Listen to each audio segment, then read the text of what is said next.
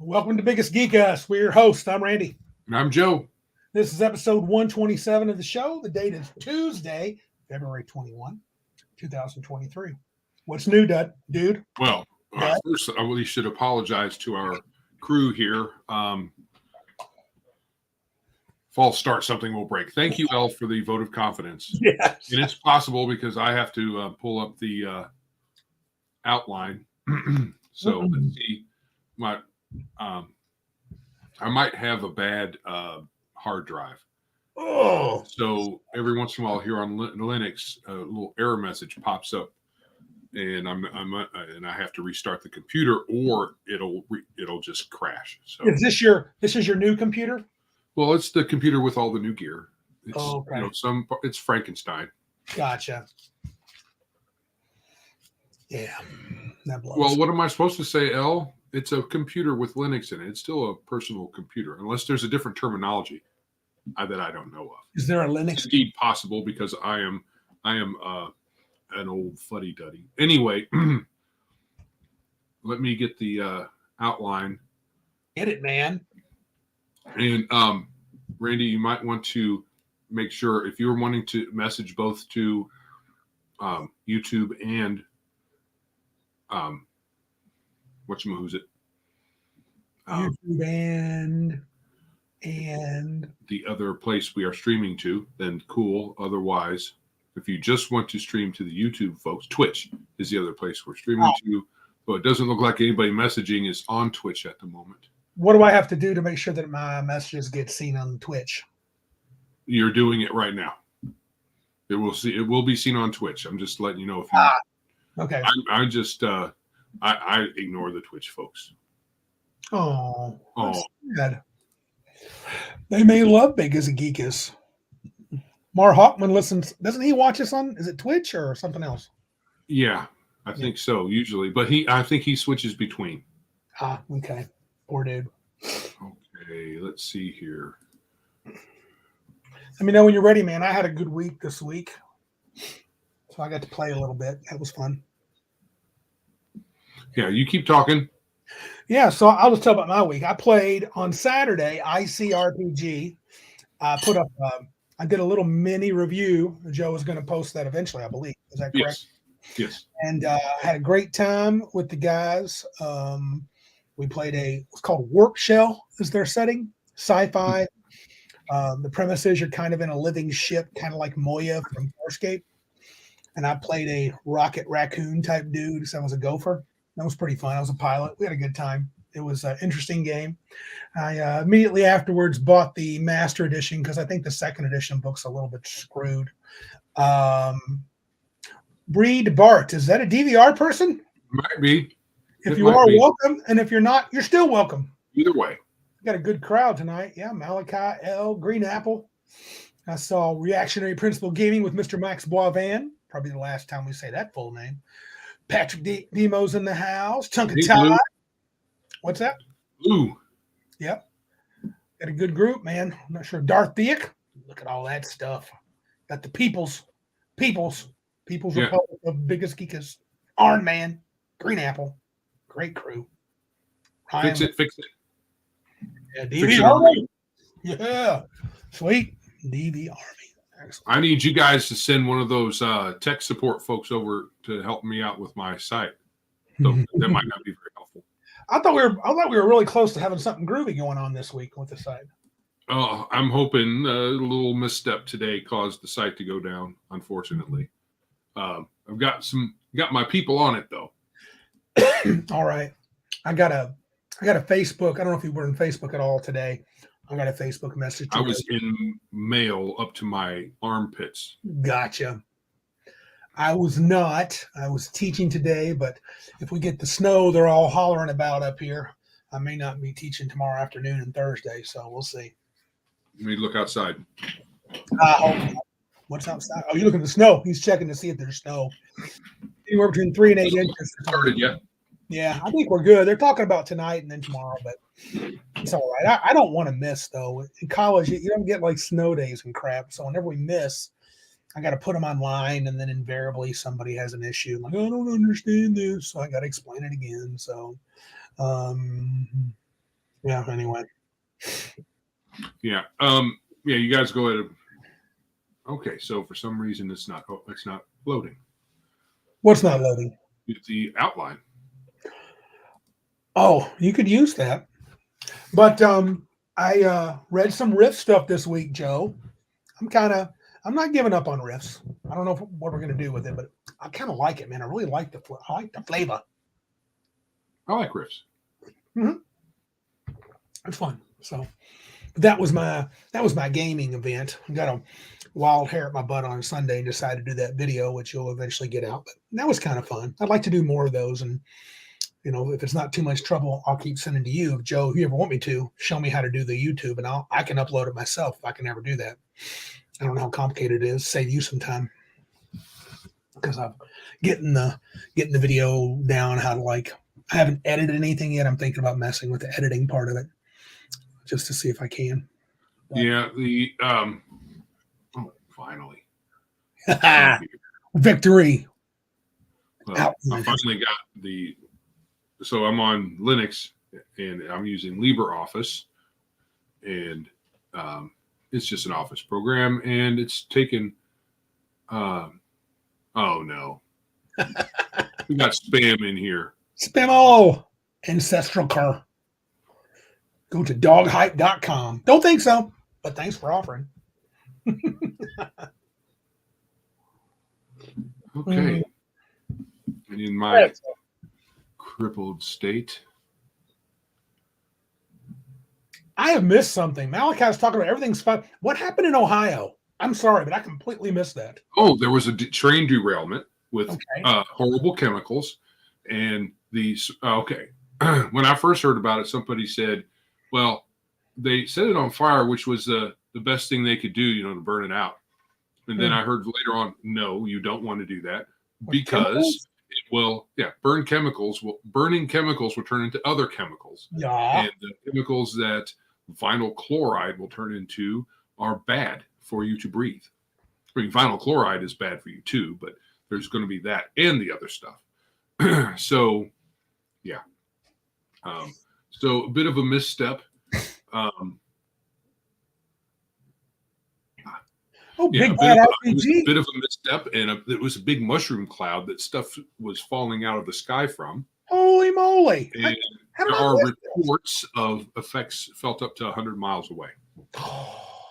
Although some people are saying that maybe some of that might be bogus. Who knows? Very good reading by Big Bad RPG says, "What up, nerds? He found the right place." Yes, we are nerdy nerds.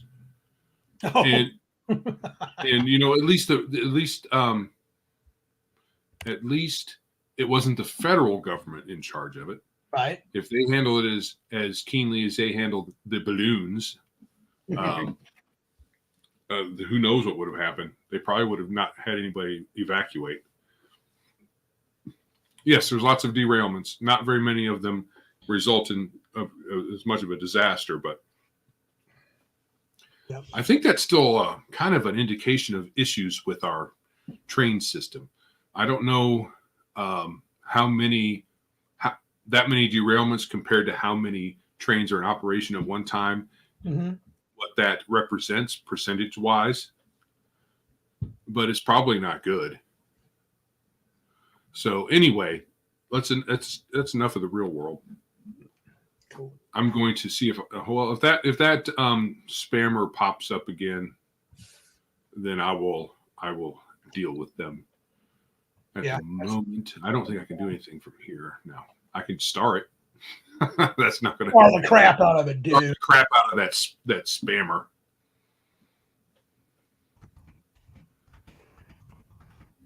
Big Bad RPG wanted to join our Discord, so he asked me for a link, and I was like, "Do you know who you're talking to?" Yeah. I'm not sure I got him in there or not. I hope I did.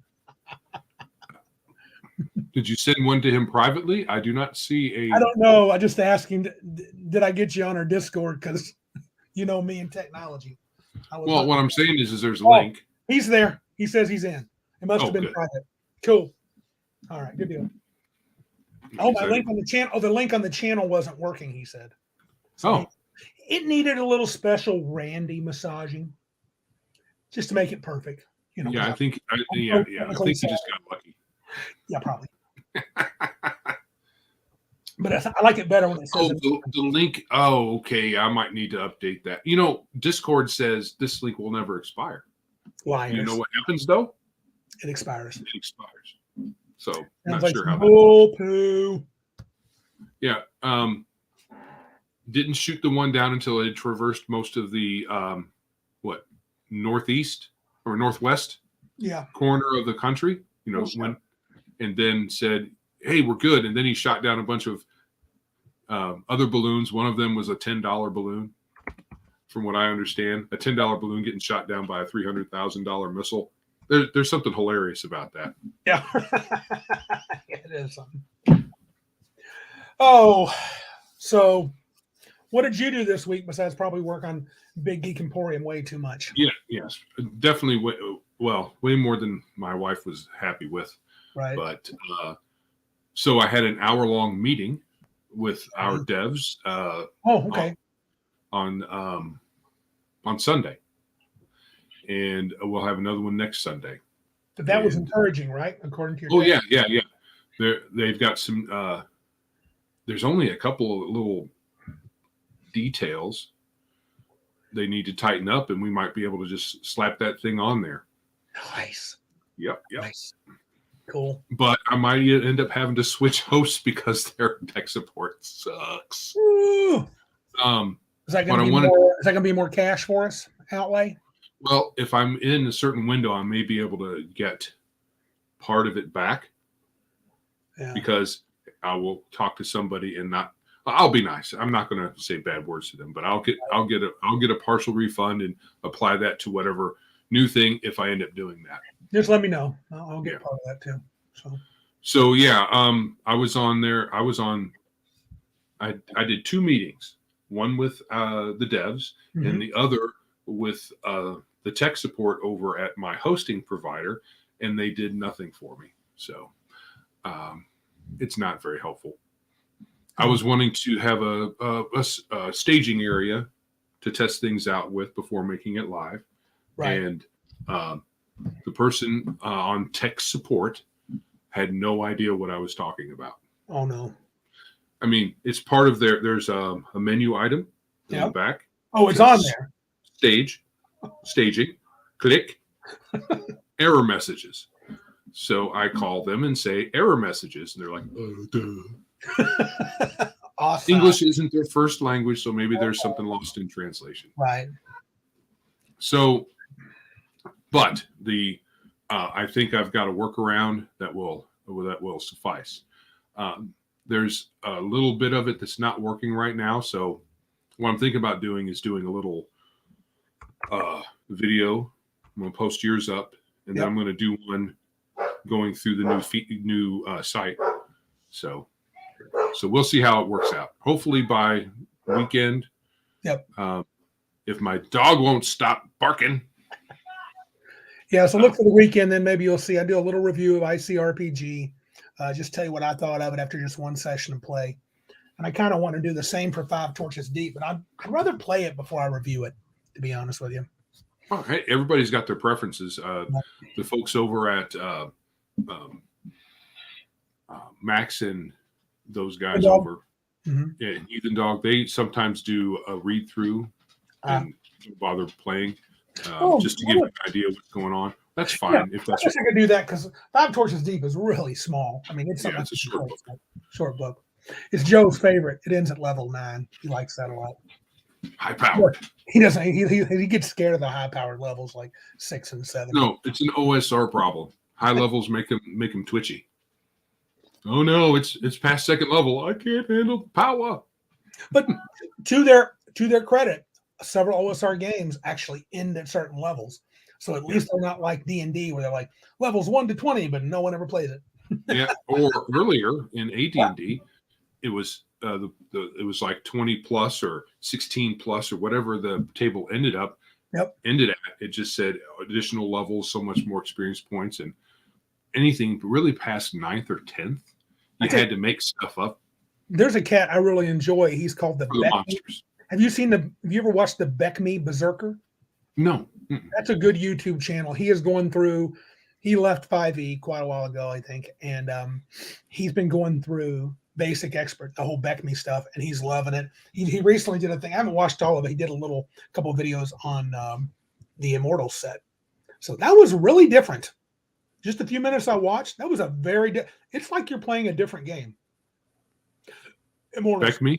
Immortals. Oh, it is. It is. It's totally different. ECM is fine, but when you go into Immortals, it's a completely new game. Yeah, you start over pretty much. Yeah, I mean, you're budding immortals, and you're fairly powerful, I guess. But, even in your human form, you have high resistance to mortal magic. Right. Like an average of about 50% magic resistance, just in general. So, but yeah, it's a totally. You have different stats and all this other stuff. It's a totally different game. Yeah, but I don't know. Not that I played pretty high level, but mostly in 3rd edition and 2nd. But a lot of folks, L said 1 to 36 plus. Yeah, 36. Joe loves that idea. He'd love to have a 36 level Archmage Death. Why not? Why not? Yeah, if it's okay, my thoughts are, if the game purports to support a particular range of levels, why not try to play them all? Our man says when the thief gets high enough level, I just might remove all locks. Why bother with the rolls?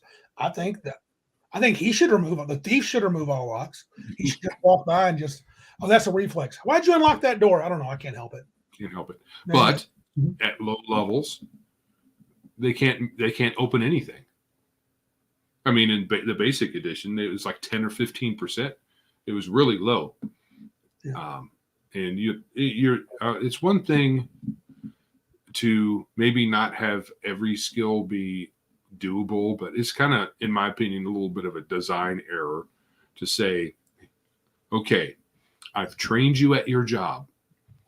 You can climb walls really good, but nothing else. Everything else, you will be lucky if you don't get poked by some needle. So be very careful, or get caught picking pockets, or you think you're hiding, but you're really not, because you really stink at it. But I'm sending you out in the world. Tell everybody I trained you and how good you are at it, but you're not. So maybe don't tell anybody that I was your mentor. It's kind of weird. Yeah. Now, I can't remember. Malachi referenced the Rules Cyclopedia in level 36. If I were playing a thief, I think in the older school games, I guess I don't know it well enough from Beckme, do they get that much after like level 9 or 10? Do they get that much better? Well, with the weapon, it's not specialization, it's mastery. Yeah. The weapon mastery system gives some pretty interesting things. It's a little bit granular. Every weapon does some things a little differently. You get more attacks. You get an armor class bonus and different things. But that kind of differentiates at higher level because you can get more of them. Our man says Fireball can get up to 36d6. Spellcasters, I think, get more bang for the buck at high level than other classes. Yeah. Which, those other more combat-oriented classes are stronger at lower levels, and it flips at higher levels. Oh, right. Yeah, Crafty. Remember, Beckme's adventurer skills really end after 14 to 16, and it's all about domain skills and immortal skill after that. So, once you hit a certain plateau, you're supposed to be building your domain instead of getting more powerful. Those spellcasters still get more powerful. Yeah. So, there's magic locks. Yeah, that would be a cure for the high level thief. Sure. Magic locks that give big penalties. But it's also an area for the DM to exert some creativity and say, yes, this is an average lock. These are percentages built around average locks. Right. So you can have higher quality locks and magic locks, like Elle is saying there, and for the low level thieves, you could throw them a bone and say, this is a crappy lock. Right. And give them a bonus. Yeah. Hey, Shadow. What's up? It looks like him and Crafty, and who else showed up a second ago? Patty's in the house. Patty's parlor. And also, with a low-level thief, you could always say, you've seen this before. I'm going to give you a 10% boost. This is a very familiar looking. It's an average lock, but it's very common. Right. Especially if there were well-known locksmiths for particular regions or something like that. You might be familiar with that particular kind and style and that kind of crap. Or you could do like I did in the early days. Get good, scrub. I'm going to tell you. Can't make it? Sorry, you suck. But it's still an odd, if you think about how the first level characters, how incompetent they really are. Yeah. And then, I'm a proud mentor sending you out into the world incompetent. It doesn't make a lot of sense. I remember this too, Malachi said after 99%, the excess is more to overcome penalties by the DM. Yeah, I like that. Oh, that's cool. Quick set plus 20, says Arn Man. Yeah, quick set. Yeah. Right. So anyway, anything else exciting for you this week? Well, yeah, actually, and we can segue right into segment 1 with it. Okay. Because this weekend, I believe it was this weekend, the Red Room got booted out of DriveThru because they posted a game called Men. In that Come out. Mr. Boisvan is back. We can start now. Oh, yeah. You want us to start all over again and repeat everything we've already said? Yeah. Okay. No, Mr. Boisvan, you're welcome, dude. Glad you made it. So we need to be nice to Mr. Max because he's large. Yeah, absolutely. He has big muscles and he's not that far away from us. He's uncomfortably close, so that I'm not willing to call him names and stuff. He might just run down here on main strength and beat the crap out of both of us. But yes. he's a nice guy, I'm sure. He wouldn't. He said he was still listening, so he gets bonus points. He was just a keyboard. So anyway, that hit me really hard. I mean, like, you interrupted while I was telling the story. So, Max Boisvan interrupted, really. Yeah. So the Red Room got booted out of DriveThru RPG for posting a game called Men, and the game has some topless nudity, art based, not pictures. I just saw the cover. Yeah, so internally that has that, but that wasn't part of the reason why they got booted. No. It was somebody just complaining about some language on the first page. Yeah. And Did they even buy it? Did that person even buy it? It appears no. Jeez. Look, here's the deal.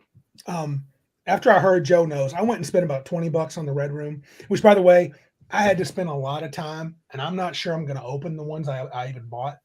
I bought the ones with the Tamus covers that look like something I might like. I'm not a huge fan of what they do, only because it's a little too risque. But dang it, I don't want them getting shut down just because they have different opinions on where they should play. And they can sell what they want.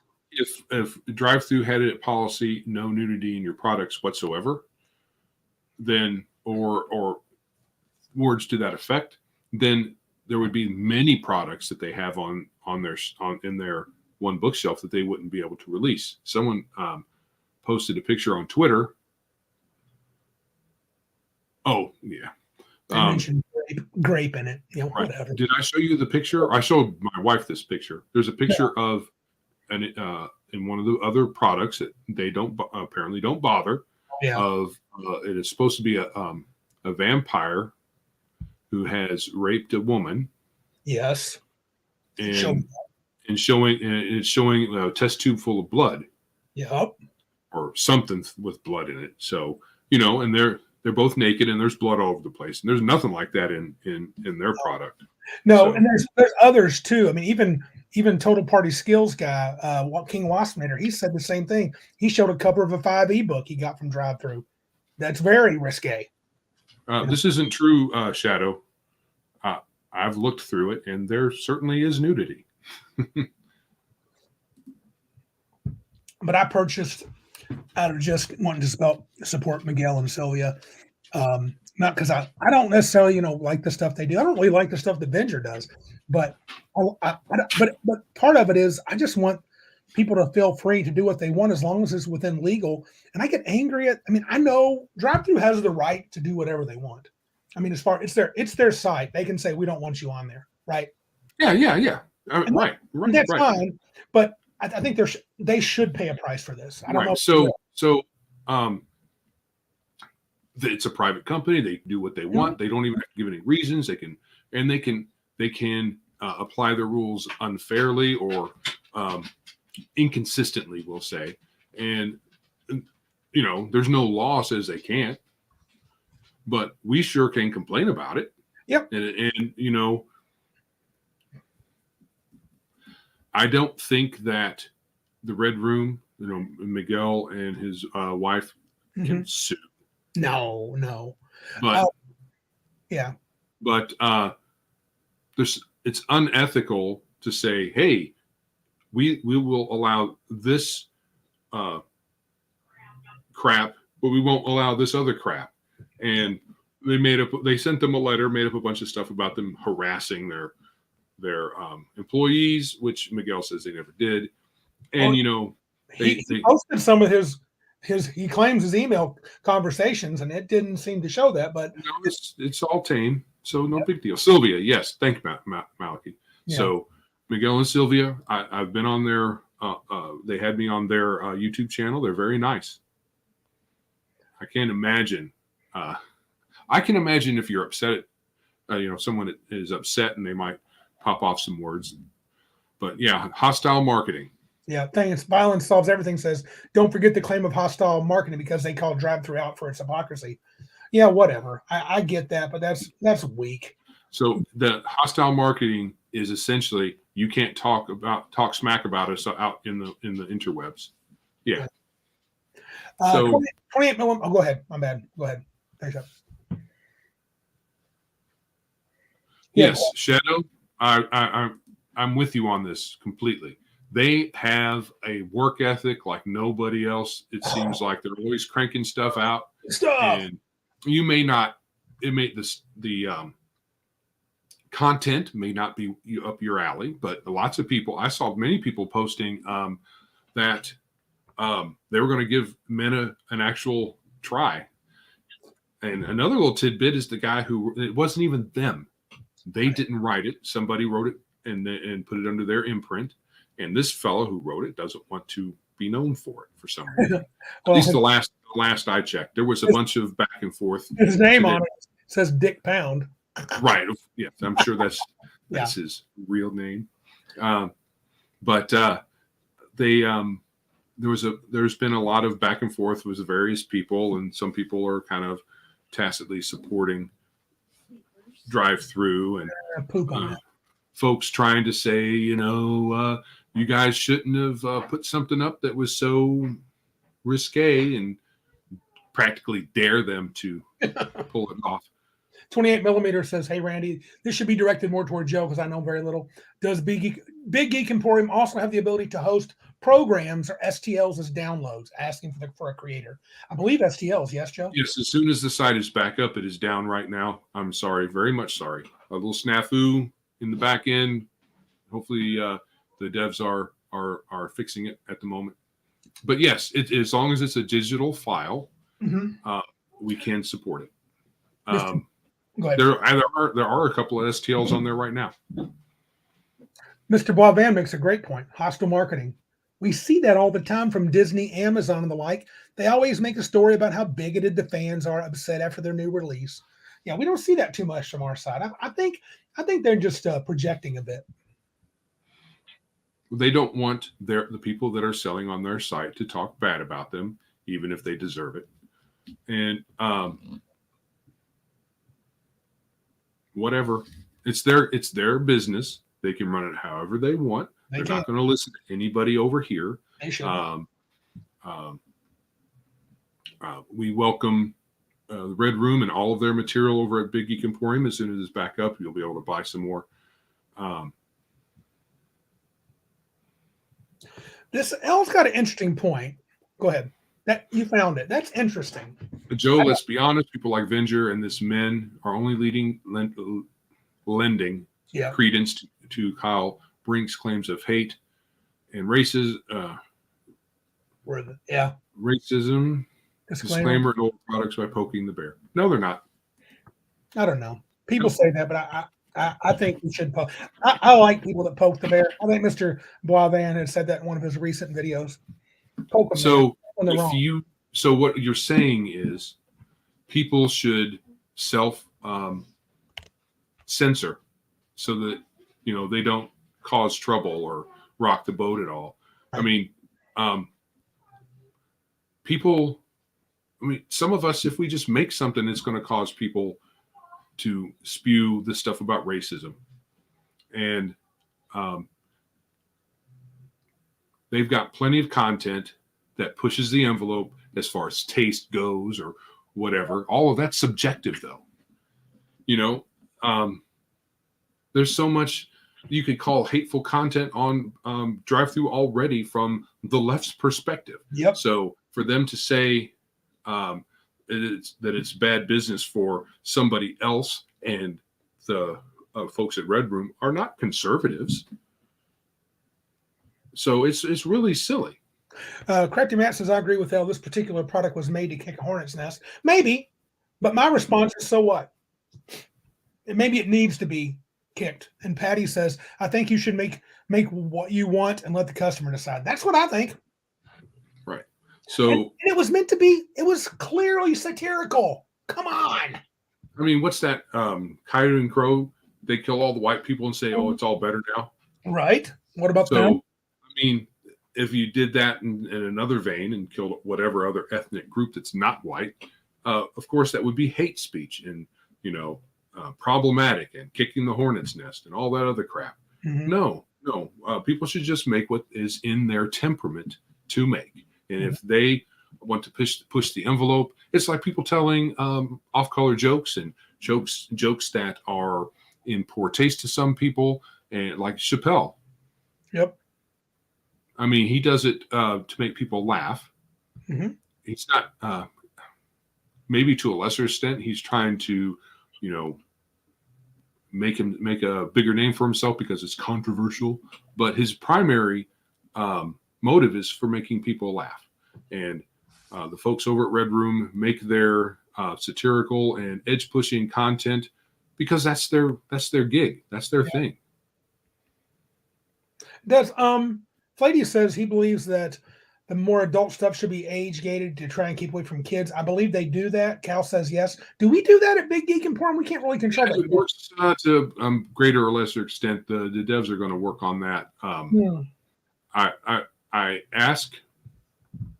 At this point, there's too many folks on and products on there for me to check each one and see if it's adult, and then put them a tag on it. I'm hoping people do that. The creators do that themselves, and there's a little routine in there. And if it's NSFW by tag, it should keep people who just casually go to the site who aren't logged in from seeing it. That's the way it's supposed to work. Yeah. Okay. I'm interested because Crafty Matt, I really like his comments. He has a lot to say.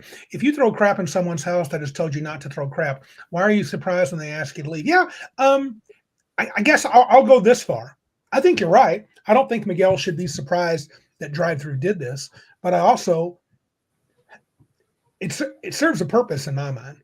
You're being selectively told. While you're being asked not to throw crap, there's somebody 2 doors down that are throwing crap in the house, and they're saying, no, that's fine. That crap is fine. Your crap's not fine. Well, I guess, hey, whatever. They have the right to do that. We're not arguing they can't. Right, I'm just saying, screw them, man. Why would you? And I get there's a lot of people, and this bugs me a little bit, but I understand it. A lot of folks on Facebook were saying things. I was like, hey, you ought to come to Big Geek Emporium. And I was like, I don't mean to be a shill, but we have these options. And they'd be like, yeah, we'd love to, but I get this much money from DriveThru. Okay, I guess if it's your livelihood, I understand on one hand, but you're still supporting people that clearly don't like you. I mean, if you're one of those people that feels that Miguel and them got hosed, I mean, I don't know. At some point, maybe you need to just pack it in. But I mean, that's me, and maybe not. Maybe you don't care enough to do that, because a lot of times we don't as people.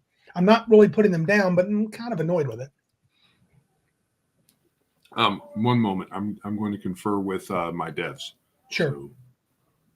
I would say that I think it would be, and I don't mean to poop on it, because I do respect the fact that you got to put food on the table. But I do sometimes think, if you all these people And I get the feeling there are a lot of people on drive-through that could just say screw it, and I think they would feel the pain. I think you're right, Malachi. I do believe that drive-through has too much power. Having said that, that can be taken away if people would just do this.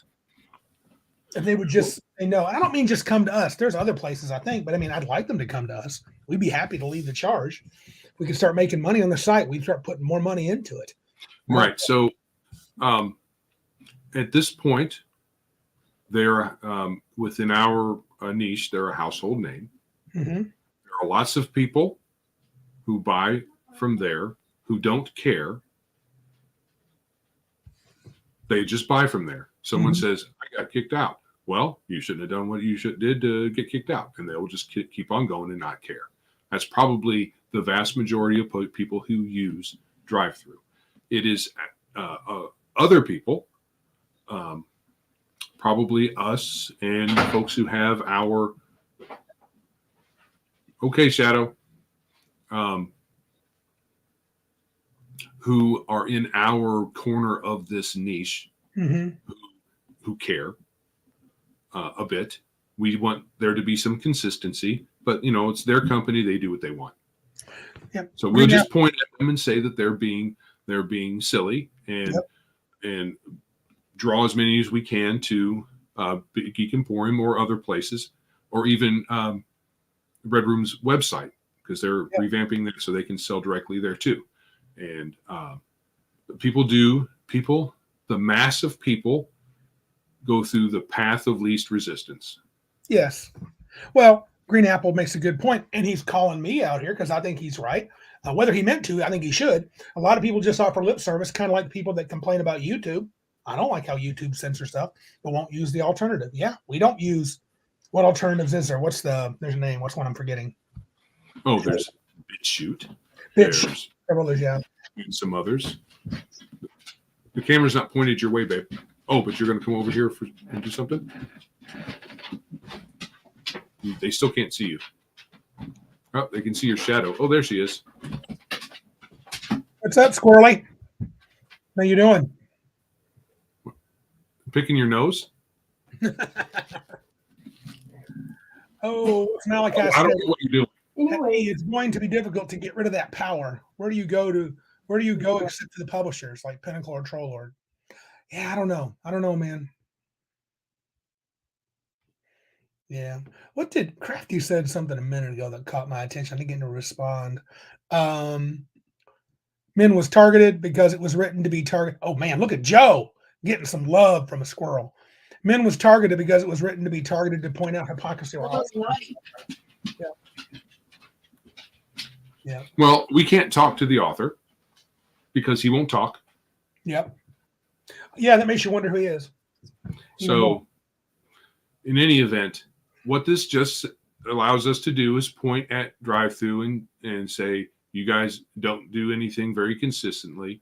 But lots of people don't care about consistency. And I tell you what, a lot of people don't use Big Geek Emporium because it's a rinky-dink site at this point. And furries. That wasn't furry. That was really much of plastic. That was very plastic. And none of the sites that are out there have the people. Yeah. Right? So I had our show posted over on which service was that? I can't remember now. Anyway, and I kept plugging it, and one or two people followed over there. Crafty and Matt, that was it. Oh, yeah. That is the question. Crafty Matt says, I just want it to be understood that I know and disagree with the hypocrisy, but a lot of people on Discord, Gilded, Twitter are not understanding that the product was written to be controversial.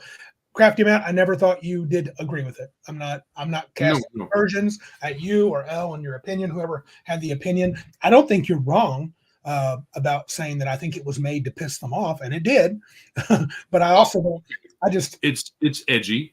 I find meant to push an envelope. I just find it weak on drive. Meant to be a little controversial, but was it really meant to poke drive-through in particular in the eye? Don't know. Don't care. I'm not even going to think about it that much. All I know, what I see is an inconsistent application of their standards. Yes. So that's not standards. That's just, who they like and who they don't like. Yeah. They say stuff we don't really like sometimes. These people don't ever do that, so we're good with their stuff. But you know what? They can be those kind of people. Big Geek Emporium is not being those kind of people. I mean, if you were keeping people off by what I believe people should be exposed to and not, we wouldn't have much of any. We'd have probably no risque stuff. No. And I don't think that's a good idea. We wouldn't have thirsty sword lesbians. That's true. We wouldn't have Coyote and Crow. Both have their controversial elements to it. And there are several others. The one that I just mentioned that had the rape scene, that was neither of those products. That's very risque. That wouldn't be on there either. But they do what they do.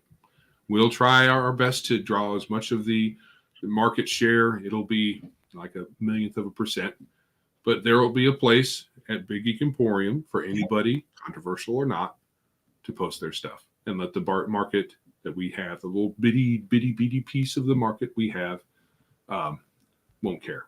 They will sink or swim in Big Geek Emporium, according to their merits, not according to what I think of the product. Correct. And that's what Bob N says a little bit up there. If we see RPG as art, and they should be allowed to be controversial. They need a place to be distributed as well. Thanks to BG, now they can. Yep. As soon as it's back up. Yeah. We can never get it to stay up all the time. But they are welcome. They're absolutely welcome there. It's not on its own server. It's on a virtual private server. So it's still having it on a dedicated server is very expensive. And we don't make it near enough money to justify that. Okay. So what you're saying is I need to go ahead and just sell my adventure and make millions of dollars. Or we can plan on trying to see. This is another issue I was thinking about. Right now, we're not taking any commission, and either I start taking commission again, or we try a different model for funding the site so that we don't need to take a commission. Oh, that's interesting. Okay, that's interesting. So we can either have a donation page. I know some people are interested in perhaps investing, but Big Geek Emporium is not an LLC. Yep. It is a DBA, so we have there is no advantage to, there's no investing. I mean, there's no investing model. There's no investing vehicle we can offer. It would be a donation of sorts. So if there's no real return we can guarantee. How about a donation option at checkout? Yeah, so I can talk. Someone else asked about that, so that's on the back burner, but it's something we're going to work on. Yep. Yeah. Crafty Matt says this. It is much like the urinal on a board or crucifix in urine arts. Is it art? I guess. Was it made to be controversial? Yes. I'm not interested in looking at it. I think it's garbage, but if people want to put it up, they can. Doesn't mean I got to watch it. The crucifix in a jar of urine. If someone wants to call that art, they're welcome to, but I will disagree. I would call it garbage, but hey, to each their own. I mean, I could just put, a cup full of mayonnaise. Oh, that's art. It's a treatise on it's an artful expression about the state of man in the modern world. Oh, I thought it was a representation of man's inhumanity against man. Or garbage, but hey, whatever, man. Okay, babe. Art is subjective. I agree. Mr. Bruce, welcome, buddy. He says he's on a urine jar right now. Good to know. So, even all of us here aren't going to agree on 100% on the Red Room's situation. And we don't need to. What we really just need to do is talk about fun games. The men product that they put out, some people are talking about wanting to play it. Others are saying, "Oh, it's reading through it is a fun, it's a laugh for them," and that's probably fine. Leaving it right there. we wish all the best for the Red Room. Absolutely. As soon as the site's back up, we will continue to sell their products. Yep. They were on fire all weekend. Yep. By Big Geek Emporium standards. Yeah. Oh, yeah. So, yeah, go to Big Geek Emporium. If you don't want people that's going to try to police your game, go there. So the only police will be the real police, because if it's illegal, they'll probably find you, and I won't have a whole lot of choice about what I can do. I don't want any illegal stuff on my site. No, that won't happen. What about tell them to do the things, man? I think. Oh yeah, let's get that going. Pretty good. Subscribe. Yeah. Do that thing. Hit that button. Jihad the like button, please. Yeah, do it. There's Mr. Ballin. You've heard of that YouTube channel? Cool. It's a cool site. Every time he refers to the like button, he has this long description of what you should do to it. It's usually very mean. But yeah, go check out that site. Mr. Ballin's really good. Great stories. Yeah, he's fun. My wife loves him. Joe, so what you're saying is men broke the site. Well, men break things. But no, it didn't have anything to do with that. It had to do with it would take a real man to break Big Geek Emporium. Yeah. You couldn't just be an average dude. You'd have to be like a Mr. Max Boivin type man. That's what you'd have to be. Right. So subscribe, do all the things that activate the algorithm so people will be exposed to the big geeks. Yeah. All right. We're going to move. We're going to slide into what was supposed to be our main topic tonight. So it's another thing that's a little controversial. It is. And I picked this because I wanted to know where I stood. And I kind of wanted to bounce it off Joe. I will tell you. Oh, where did I stand? I will tell you. What's my opinion, Joe? Your opinion is it's all stupid. Okay. Race, species, ancestry, or whatever. Did you see the definitions I found? And didn't you have to dig through to even tell a daggone difference between some of them? You know, they use them interchangeably because they are words that you can use interchangeably. You can throw kindred up there or kin.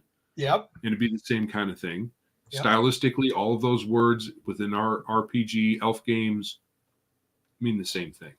I get frustrated with English language sometimes because we love to like the definition for ancestry. I'm looking at it. So the discussion is, should we use race, species, or ancestry? I should get that out there or something else. So ancestry, and I looked through a variety of definitions, and I'm screwed. I'm just going with the Google definition. It's good as anything else. Yeah. We should go to Chat GP and say, hey, which word should we use? And see what it says. Yeah.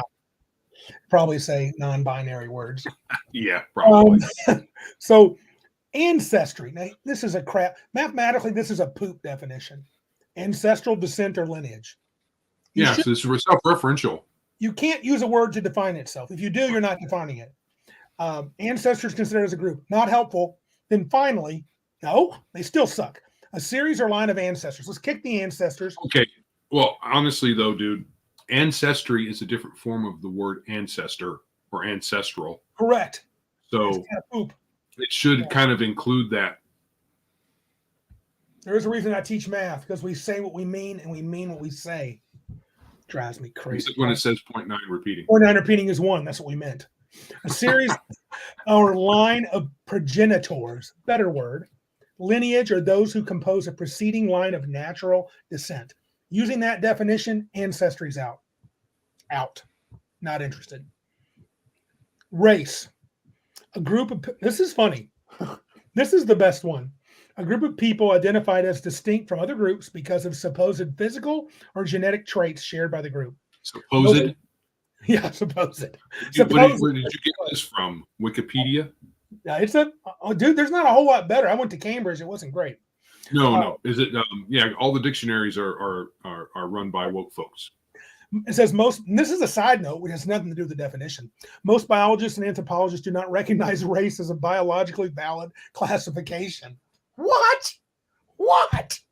And so, okay, then why are we talking about it then? Maybe because That's probably correct. Yeah, I agree. But who cares? I do, because I'm feeling pedantic tonight. So, okay, so they don't, because a scientist used the whole genus, species, and so forth classification thing. Race isn't part of that. In part, this is because more genetic variation within a group than between them. Okay. So there's more genetic variation between a man and a woman within a group than between two men from disparate groups. Correct. That is correct. Fact. I think race is real. I think we're one human race. I've told Joe this before. I have a friend that told me this years ago, and I like this definition. People won't use it. I think we're all part of the human race. And then outside of that, we have different people groups that share certain characteristics that can't be changed. Right. I mean, ethnicity would be another word that would probably be very much closer to what folks would want, but it doesn't ring like some of the other words. Yep. What is your ethnic bonus? Yeah, it sounds weird. And so it also says, for a second definition, a group of people united or classified together on the basis of common history, nationality, or geographic distribution. That's weird. That's kind of weird for race. Yeah, because there's not an American race. No, there's not an American race. So that's kind of stupid. Now, there are some places like, say, Japan. There's not an American race, but there is a Japanese race. Oh. Japan, Japanese. Okay. So, okay. But there's also not a UK race, right? No. Well, because Scots, Welsh, English. But Ireland is an ethnic group. Irish are an ethnic group. So it could be, this could be, but it's not mere geographic. Amerimut, yeah. Oh. But it's not mere geographic similarity. There's got to be more to it. So with Japan and China and some other groups, they were they pretty much enforced their borders very, very heavily. Sure. So they remained very distinct. Yep. The American, no. Everybody comes to America and it all mixes together. So you can't say American. There's no American race. So that's kind of weird. Malachi claims it's the Native Americans, but I don't know, maybe. So anyway, but there's different ones of there too. Yes. Native American isn't one group. No, it's not. Yeah, I know I'm xenophobic. I can't say these things. This video is probably going to get kicked out of YouTube. So even though we're talking about gaming, I guess it just bothers them. Oh, I forgot. If you use actual words, it's a problem. Yeah, certain words, yeah, whatever. Oh, the dreaded no words. Yeah, it'll be available on podcast audio, and if I really have to put it somewhere else, I will. Right. Yeah, Japan. The Japanese could be considered xenophobic because they kept their borders strict and all of that. They had some cultural things that made marrying outsiders, unpopular at certain periods of time. Right. But they like imitating, like we do, when they have costume parties. Yep. They have no problem wearing like cowboy outfits and stuff like that. And so xenophobic isn't the right word. No. Yeah. They're just fond of, maybe, I don't know, keep the bloodline pure. Is that what it is? What if most Japanese people didn't find non-Japanese people attractive? What if there was a number of them? Would that? That's something that might be. If there was what now? The Japanese folks who weren't attracted to non-Japanese folk. And that's possible. It's possible that there's a large amount of them. And that's fine. You can't fault them for that. Yeah. So then there's the word, well, actually, Ryan David earlier, I'm not sure if he's still here, he suggested the word heritage. So I didn't have that on the list, but when I looked it up, Joe, it says the status acquired by a person through birth or birthright. Yeah, so heritage is different than race. I think so too. It's more of your status. You're born into wealth, born into poverty, born into middle classitude, right? Yes, I believe this, Al. Joe, there are places in Japan that foreigners aren't allowed in. I'm sure that's the case in China and many places. And that's just that's how they do things there. Mm-hmm. Oh, I like that one. What about breed? What's your breed? Collie. Yeah. Then there's Pincher. species. Now that's got a long one. A group of closely related organisms that are very similar to each other and are usually capable of interbreeding and producing fertile offspring. So then you can get your half breeds. It's a taxonomic classification, though. A class of individuals or objects grouped by virtue. A set of atoms, molecules, ions, or other chemical entities that possess the same distinct characteristics. Okay, now we're getting down a different rabbit hole there. Right. So what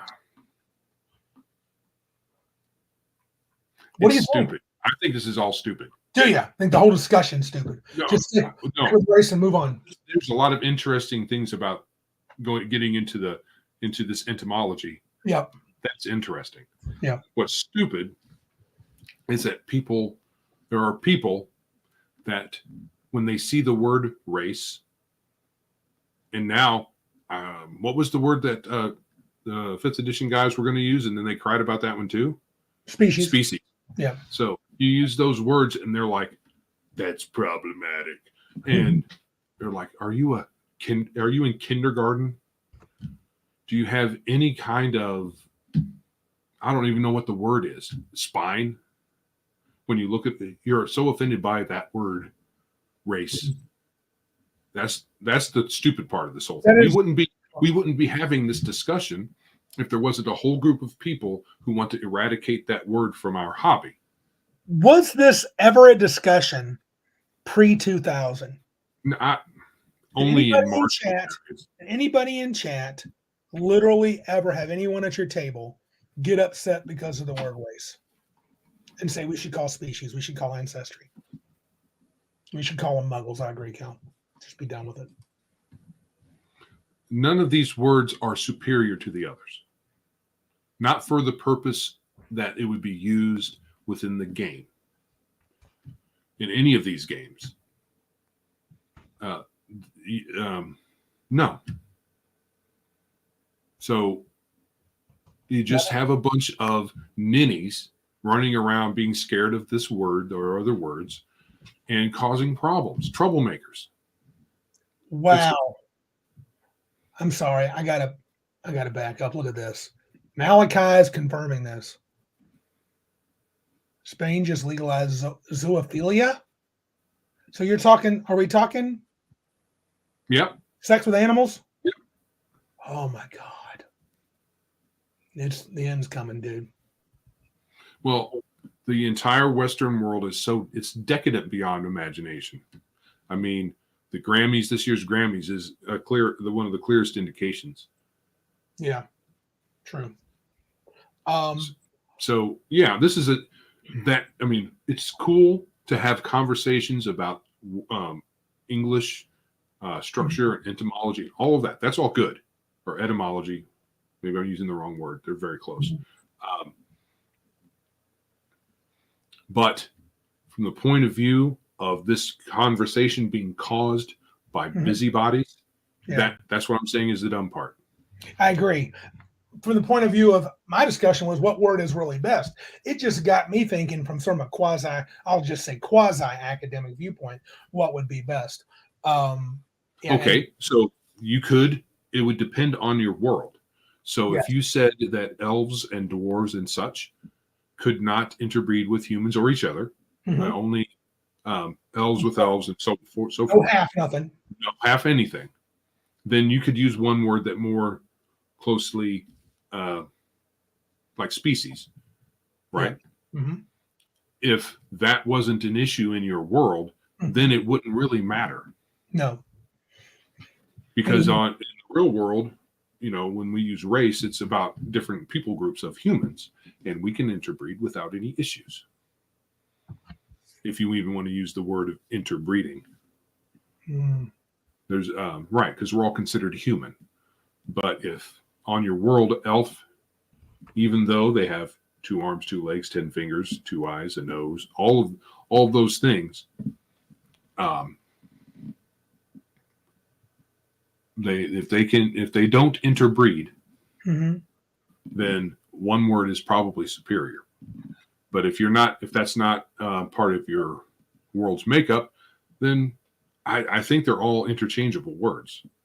Yeah, I guess you could even eschew using any of these words in your game. Yeah. You could even do something like I had suggested, and when you have the chapter that describes all of these groups, you could just say the peoples of. Yeah. The elven peoples. Well, no, just the peoples of the world. And they have the elves and the dwarves and the humans and the halflings and whatever other weirdo species you want to have in your world. You put them all together, you can just call them the peoples of or whatever. You don't necessarily even need to use any of these words. So I think it would make conversations a little awkward, a little weird. Yeah, I'm more inclined to stick with race because people know it. Only and also because I don't really want to have a not allow any sort of half breed. And that's kind of interesting, but it can be overdone. I also don't want a half demon, half genasi. Yeah, how many? How much mixing can we have? Quarter demon, quarter genasi, quarter halfling, quarter Dampier or whatever. Picking some of the weirdest combinations. Yeah, yeah. Iron Man, half centaur, getting complicated. Ouch. Depending. Yeah. Yeah. I mean, yeah, it's. I mean, it's one thing for all the regular size folk, but once you start, even halfling or gnome, it's a regular size human. That's getting kind of odd. Yeah. Yeah. Yeah, and I guess for me, I think probably I wouldn't mind a world where it was purely species. Was the half elf introduced in first edition AD&D? Was that our first exposure to half orc and half elf? I think that would depend on his half elven. Were there half elves in? They might have appeared in literature before they appeared in game. Right, but I don't know the history of that. I'm wondering even if did Arwen and Aragorn have children? Interesting you said that. If they did, yeah. So that's why I brought up Tolkien. Mark Hockman blames Tolkien. You could even say that the Dunedain, they have elven blood in them. I don't know if they were they were descendants of elf-human relations, or if they were just, I can't remember how that worked. I think in the end, I like race, not because it's a well-defined word, but because I use it a lot. And the only thing that keeps me from species is I would probably want to have the option to have a mixed race, even if it was super rare. Right. I just think race is like Mr. Max is saying, don't want to play the word game, and it's just been part of our hobby, and it's not done any harm because it is only a word. I have forgotten it, Bruce. Maybe we didn't even know about it. I have heard of bastards and bloodlines. Apparently, Joe and Randy forgotten Green Ronines. I try to forget most of Green Ronin stuff. They did have some good stuff. Is it Ronin or Ronin? I don't know. Depends who you talk to. Look who's in the house, man. The T-shirted one. All right, T-shirted. How are you doing? What is up, Crafting Gamer showed up as well. Yeah. Late. He's late. I bet T-shirt has some opinions on ancestry, race, and species, but too late. We're leaving the subject. No. So, yeah, I agree, Iron Man. That's kind of where I'm at. He doesn't want to change all his character sheets. Yeah, screw it. And outside of this group here that's listening to us here, if some of the woke crowd would be listening, I doubt any of them do. They'd be too scared to say bad words. We would be just talking out of our white privilege because, of course, to us, it's not a big deal, but to other people, and I don't care about other people. When it comes to playing at our table, you at anybody's individual table, you do what you want. Play how you want, whatever floats your boat, makes you feel good, makes you have a good time, and all of that stuff. If you don't want to use race because hurt your feelings, don't fine. do it. We will all chuckle. I'll laugh at you, but yes, hey, we will have a nice chuckle if you say so. But if you prefer other words for whatever reason, use those words. Who cares?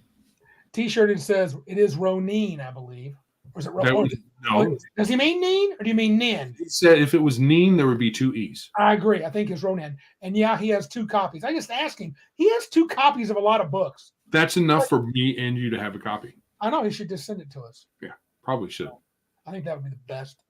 Oh, speaking of sending books, Max, yes, I need to send you, unless I have already, because I can't remember. So many things have happened. He has some books that we've been talking about, and he's asked me if I want them, and I'm certainly sure I do. But they're not game books. They're libertarian books. Mr. Boivin, also, what is the name of your channel for like weightlifting and stuff? Do you still do YouTubes on that? Because I could Mr. Max Weightlifting YouTube channel. I'm sure that's the name of it. And probably reactionary weightlifter. Yeah. T-shirt says he has more doubles than he would like to admit. You have a play copy and then a pristine storage copy, a display copy, and a play copy. And just so you know, T-shirt, I'm saying that because that's how I did comic books for a long time. I was that kind of comics nerd. This is one that goes right into the sleeve, and then one that I read. Oh, okay. Gotcha. Thank you, bud. TSM training. TSM training. Yeah. The Supreme Manly Training. TSM. I got it. Okay, now remember the conversation about the books. Oh, yeah. Oh, and other BGE business we need to talk about after we're done here. Just remind me. Oh, okay, sure. About meetings with peoples. Well, I've kind of said all I wanted to say about race and race, ancestry, and species. And I'm coming down on the race side. What are you coming down on, Joe? Race because it's traditional and hurts nobody. Yeah. I mean, it might hurt their feelings, but boo-hoo. Yeah, they're not playing at our table anyway. Who cares? Mindset is definitely key over there, I'm sure, with Mr. Max and his mindset is good stuff. Yeah. Okay. Yes, I don't know why. Okay, I won't say it like that. I need a new mindset. Because I know why. Because people are stupid. This is the race thing. Yeah. The word not being problematic is stupid. Yeah. And, yeah. So we're going to just call them out and choose the word that we're used to. Really, I'm doing it 90% because just like Iron Man and you said, we've been doing it forever. Why change it? There's no reason. And no compelling reason. And also because, a little bit of me enjoys the fact that it hurts their feelings. Yeah, I mean,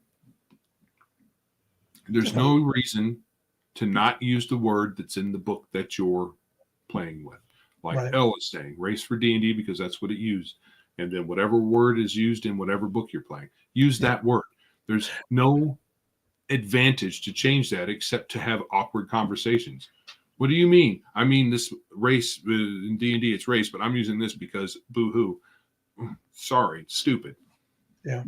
And some, like I think someone mentioned earlier, I don't know if it was Malachi or someone else, about in Star Wars, species was more common in Star Wars. But I think someone said species is how they used it, but people would still refer to it as race. I'm not sure I can find it.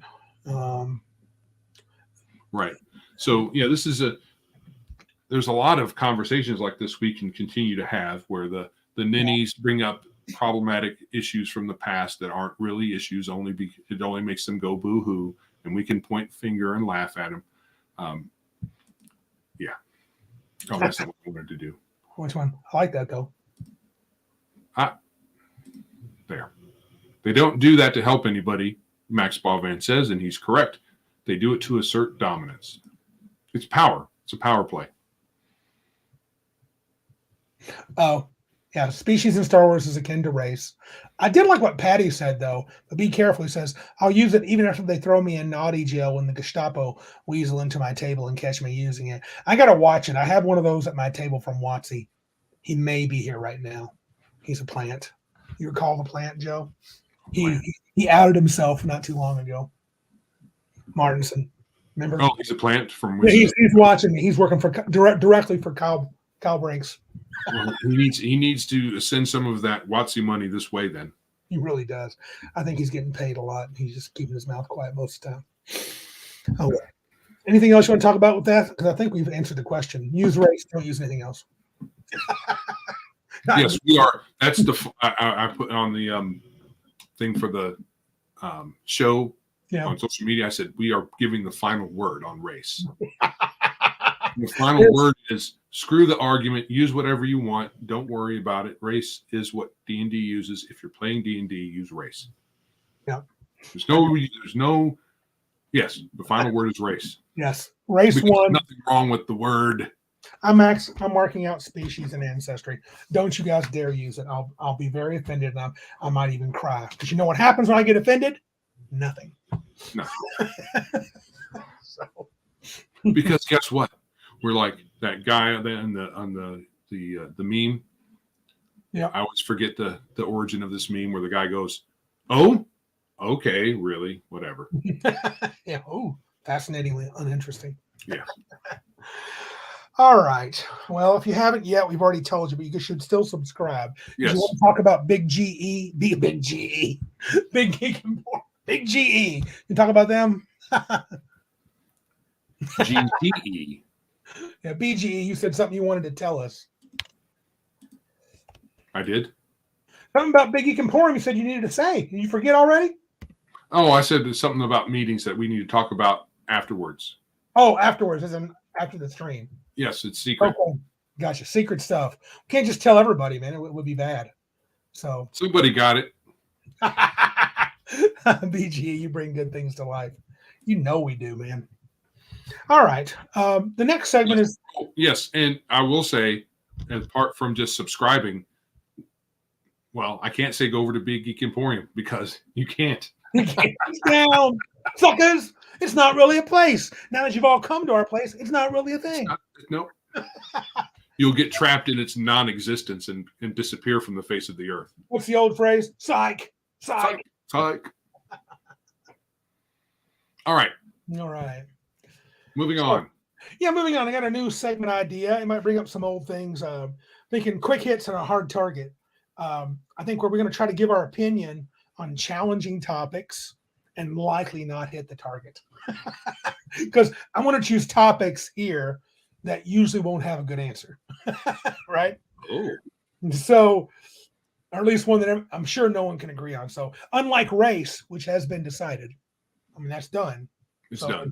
No more discussions about species, ancestry, and heritage. All that bull crap is out. I should contact Pinnacle and tell them they need to reprint Savage Pathfinder. It should be race, and probably their fantasy companion as well, because I believe they went with species or something dumber like ancestry.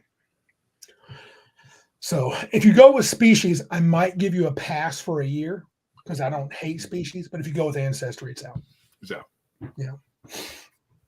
So anyway, the topic is, shall we split the party? What do you think? It depends. Oh, I knew it was coming. That's what I'm talking about. It used to be hell no. Right. Do not. Even in town, the entire party would go everywhere together. Arm in arm, baby. Arm. Going to the church. We're going to the tavern. I think that was after the succubus situation. Yeah, so, everywhere. Go to the bathroom together. Oh, Elle's bringing old school back. One caller, one party.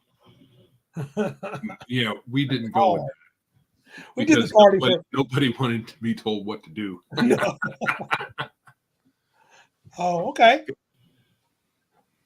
Rovan says the GM should split the party, but the players should try not to. Yeah. I agree, generally speaking, especially when you're in a dungeon. You generally don't want to split up. I mean, divide and conquer is a thing. So you split the party. This party is usually only 4 people anyway, 4 or 5. And then you go to, a couple of pairs of people. They're easy to take down. Yeah. Elle's mad that's not what a caller does. Sure. Okay. Okay. Yeah. That's what our callers did. Ostensibly, the caller is supposed to ask, this is what we are doing. And if somebody has, issues with that, then they're not forced to do anything. But callers would just say what people are doing. Yeah. This is where we're going. Yeah. Not, he's not saying what every individual person is doing every moment of the time. But if the caller says, yeah, we're going into the room or something like that, that's what happened. Yeah, and then, I think that's how it works. Celebrity would ensue. Elle wants us to research it. Do we got to go back to the white box, Elle, to do it properly? It doesn't matter what it said. I'm talking about what happened at the freaking table. Right. Because we didn't read the book. Who had time for that, dude? I was like 12. Not until I kept pointing things out and saying, hey, that's not the way it's supposed to work. That's how it's working. I can't read that, Joe. You keep pointing. And by then, we had went from basic to AD&D, and there was no caller anymore. No. The caller might have been mentioned in AD&D. I don't remember. I don't remember it being AD&D, but it could be. We just didn't do it. It caused issues. Oh, this is wonderful news. Look what T-shirt it says. He got word from Hasbro. Evidently, they're retconning Strongheart and Wardu. They're going to make them gay. Oh, that's so nice. I'm very happy. Jeez Louise. Who gives a crap? Screw Hasbro. They're making dolls. Yay. These are action figures, right? From the old days? Yeah.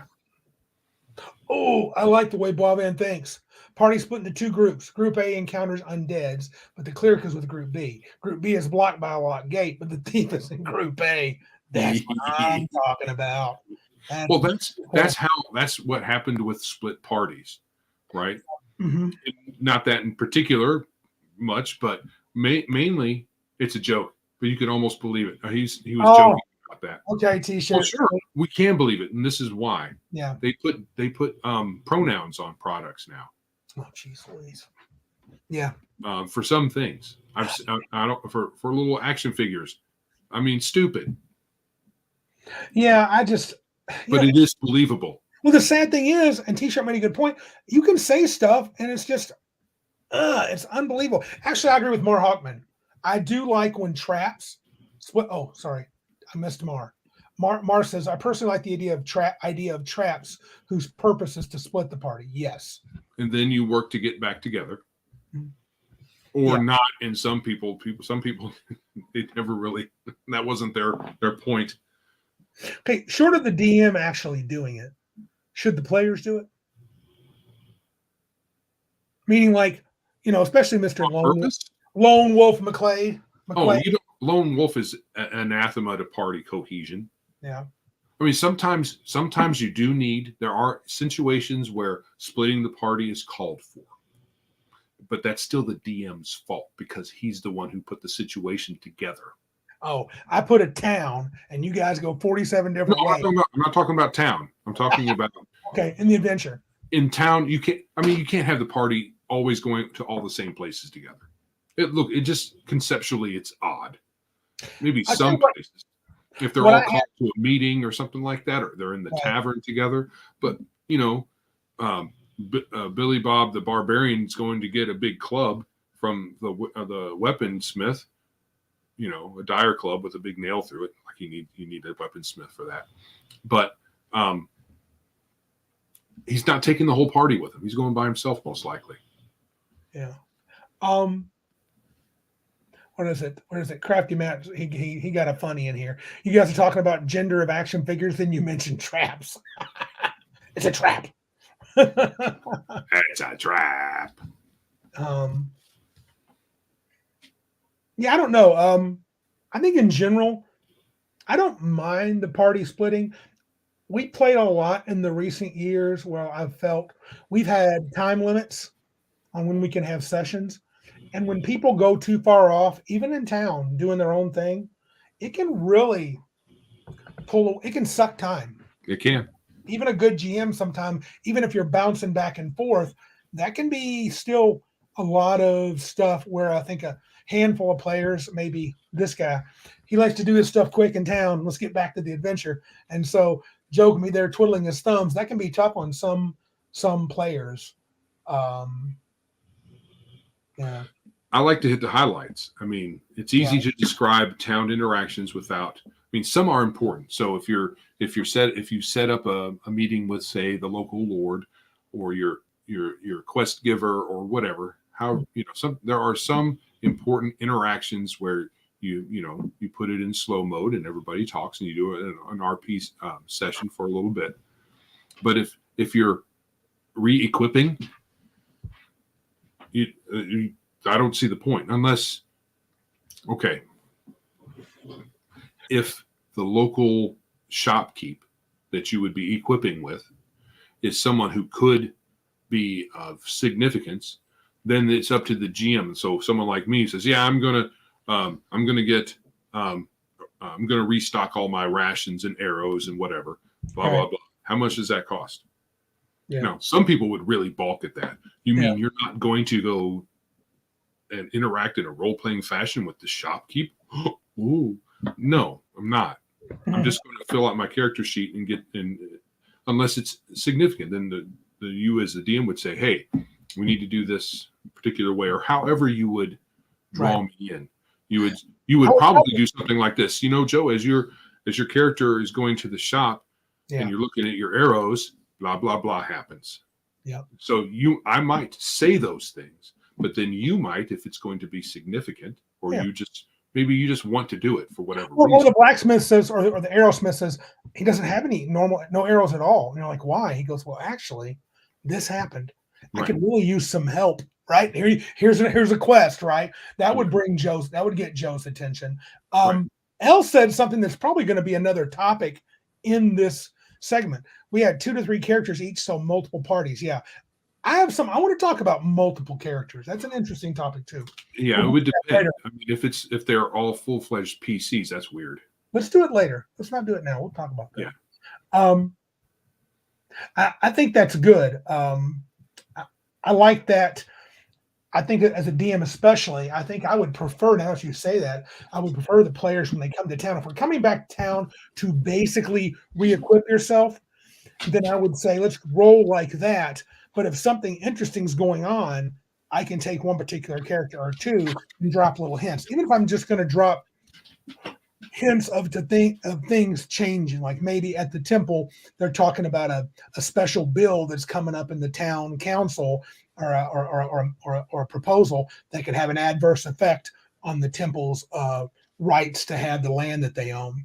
And then someone else could go into the shopkeep and he wants to exchange some silver for gold because he's dealing with higher end guys, wealthier people, and they're talking, hey, did you hear about the council? Or one guy could be on the council and saying, yeah, I think it's time we give these highfalutin priests a little comeuppance, and so I can preview what's coming, say socially or politically, that could lead to other things. I think that's a good way to do that.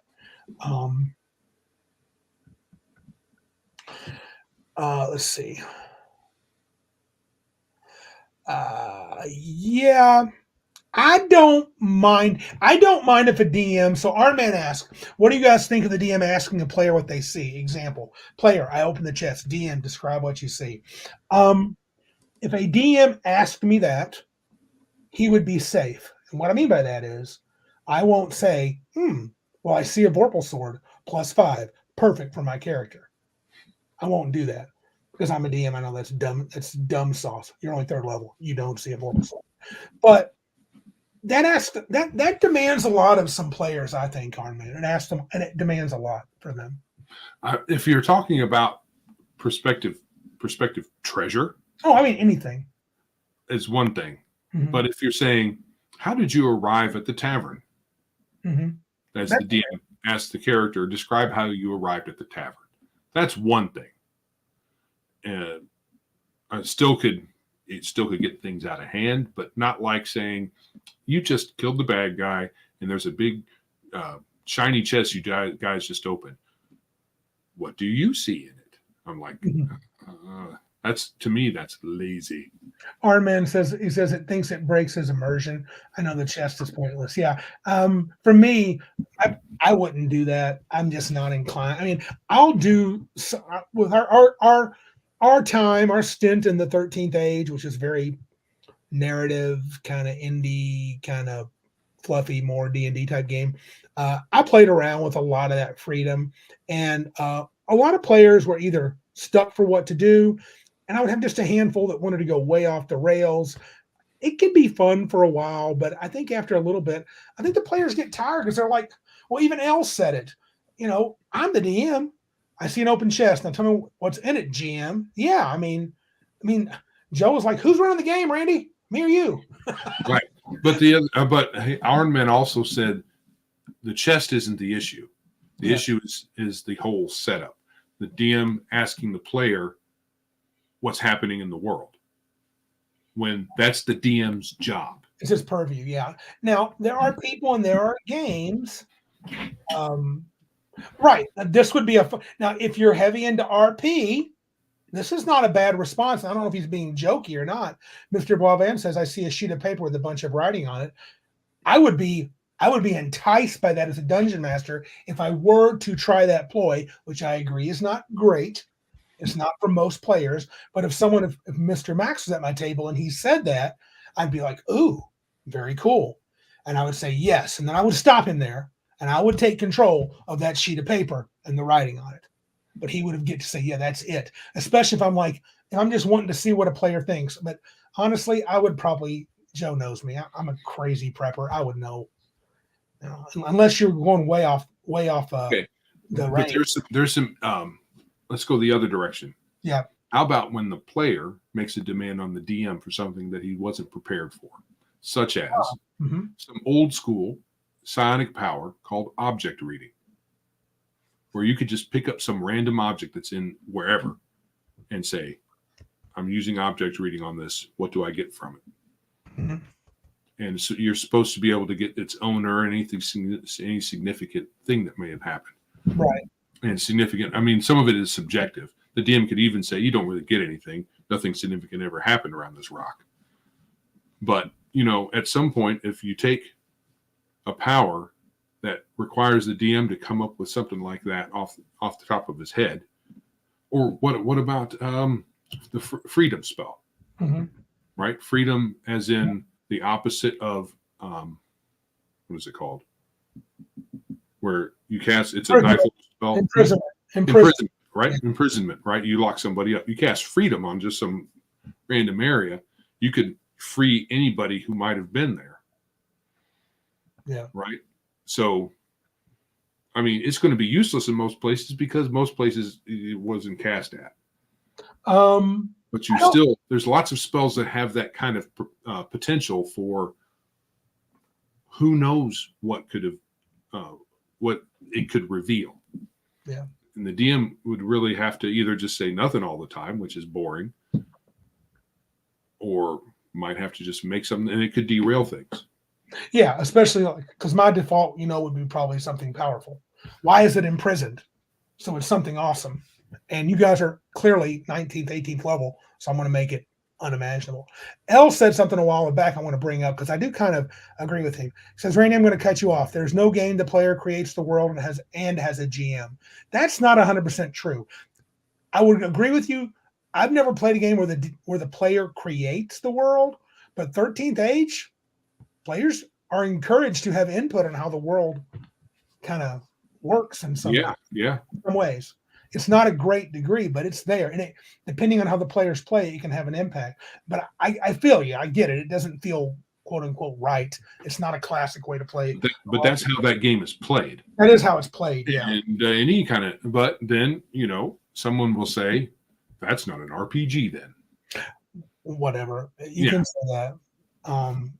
See that? Yeah. Right after I did. Yeah. Whatever. I mean, I think part of 13th Age. Look, I play 13th Age now a little tighter.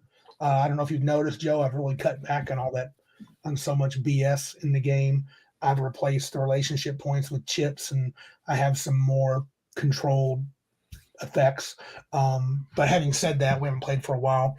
I'm thinking of running one at Cabin Con. I really am considering running the 13th Age game for folks. But it's a rapid. It's a game where you can get into it very rapidly. Yeah. I agree with you guys. I don't think it's not the player's place to create the world. Patty, what if players ask to use Ancestry on 13th Age? Well, I'll show them my door and I'll say, you can't play here no more. Okay, so no. Yes. Tita Shear, the historian, says to Patty's Parley, I hope you will tune into tomorrow's night's Tabletopless. You'll definitely get a laugh. I can imagine, because Grim, who runs Tabletopless, is clued into all the happenings. I can imagine what's going on over there. I don't get it. Well, men is the thing.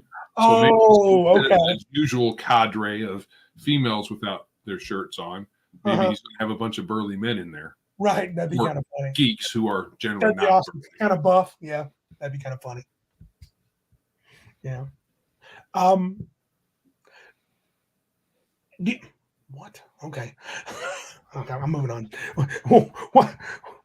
So I think 13 Days can encourage. What are there games that encourage splitting the party?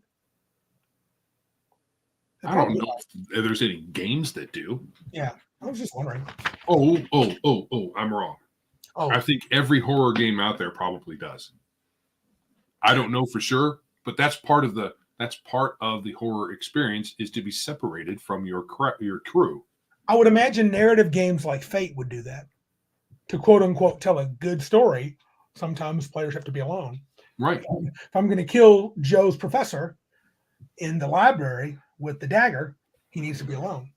So, Ars Magica, Cthulhu, yeah. Cthulhu. Yeah, okay.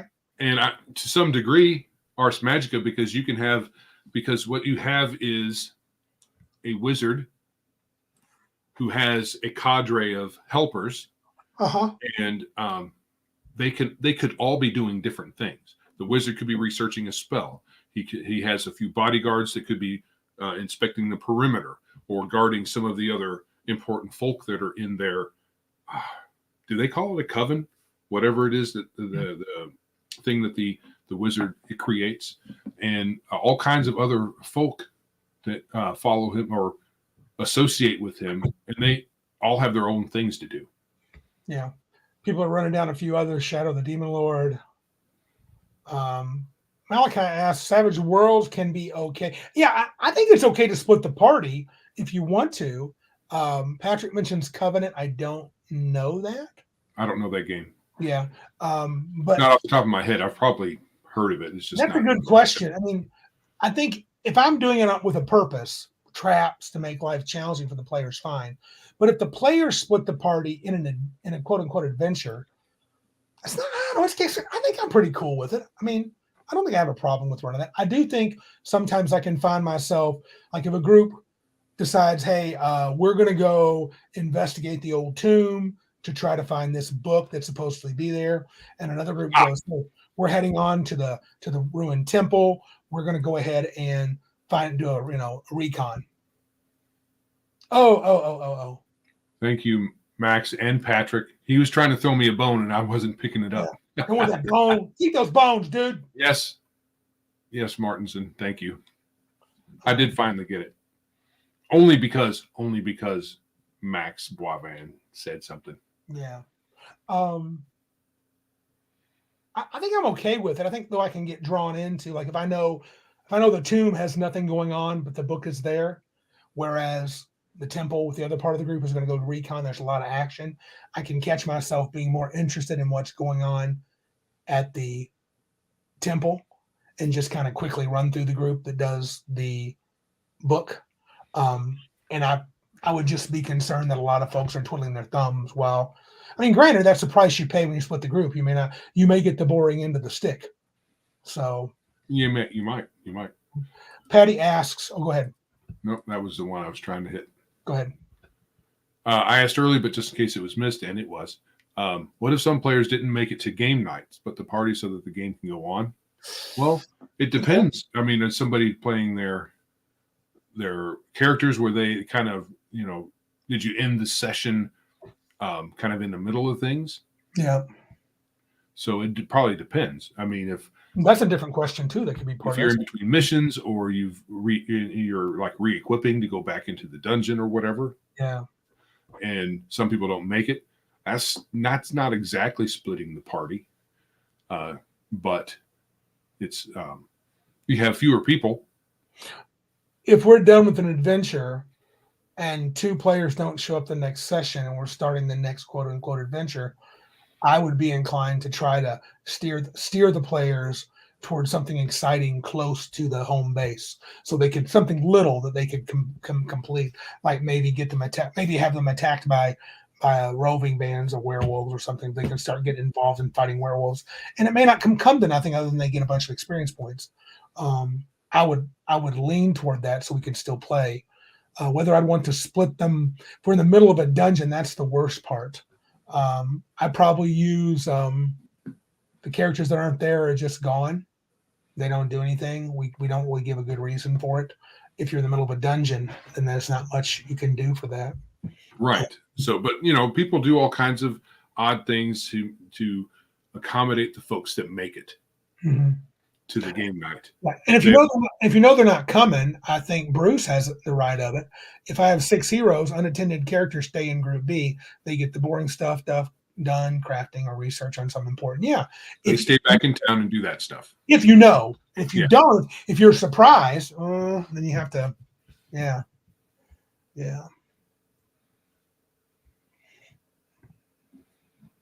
Yeah, I feel you, Patty. Go ahead.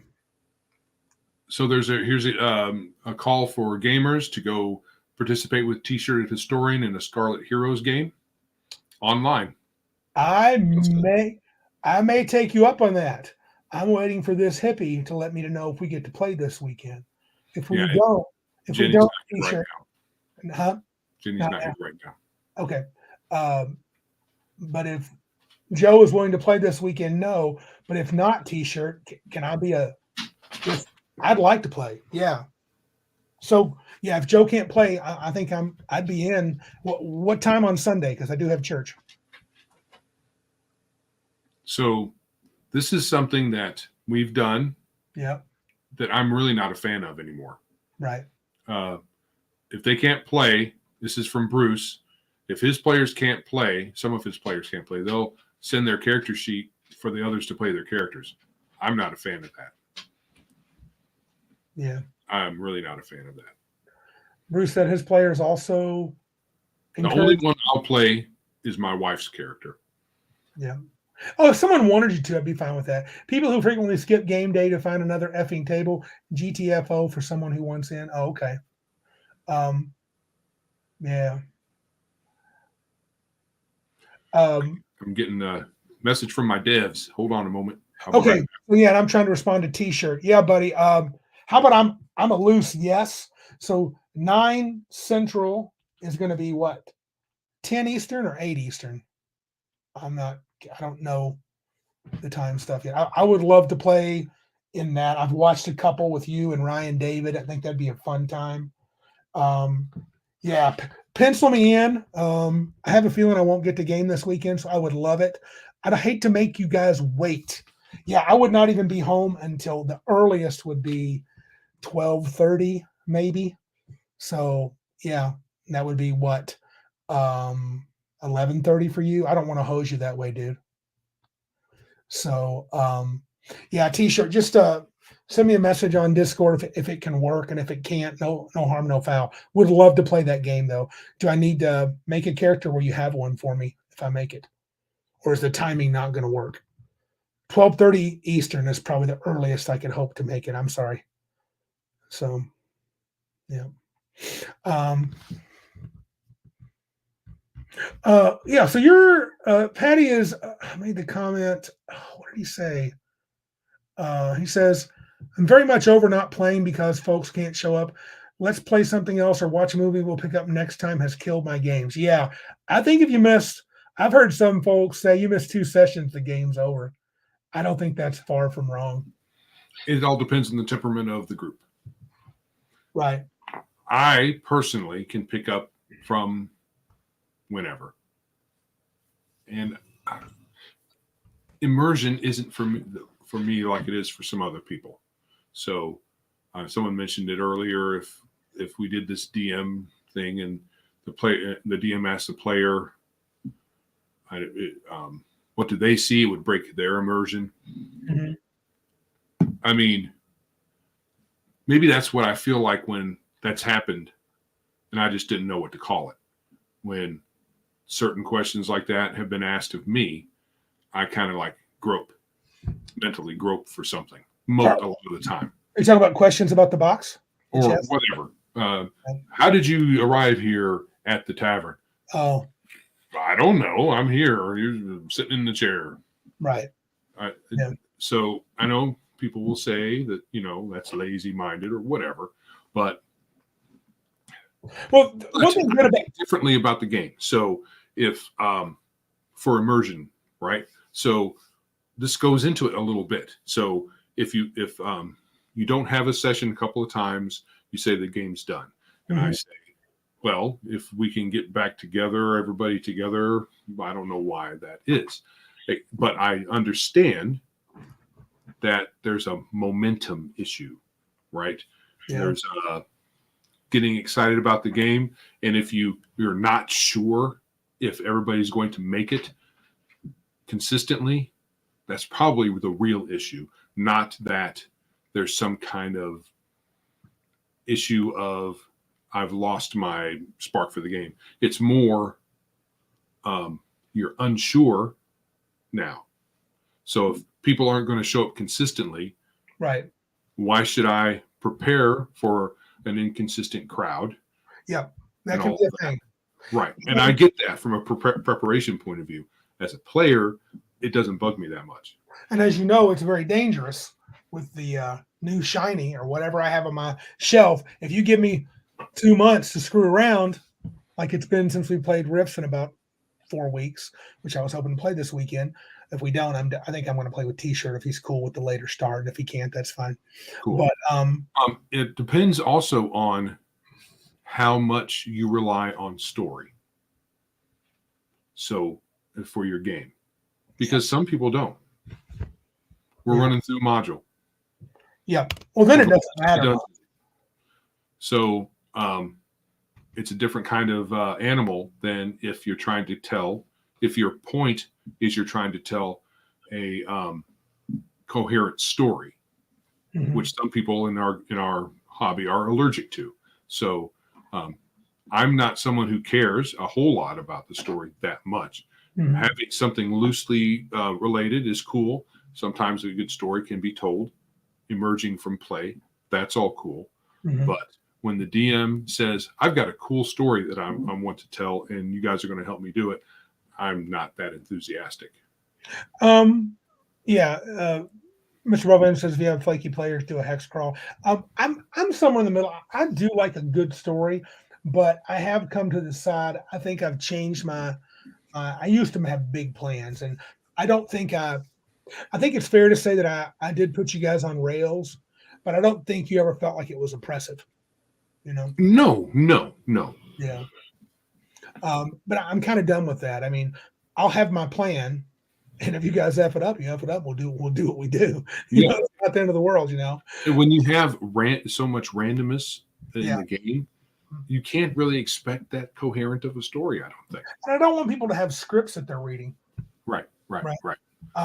Yeah, I think it's very interesting.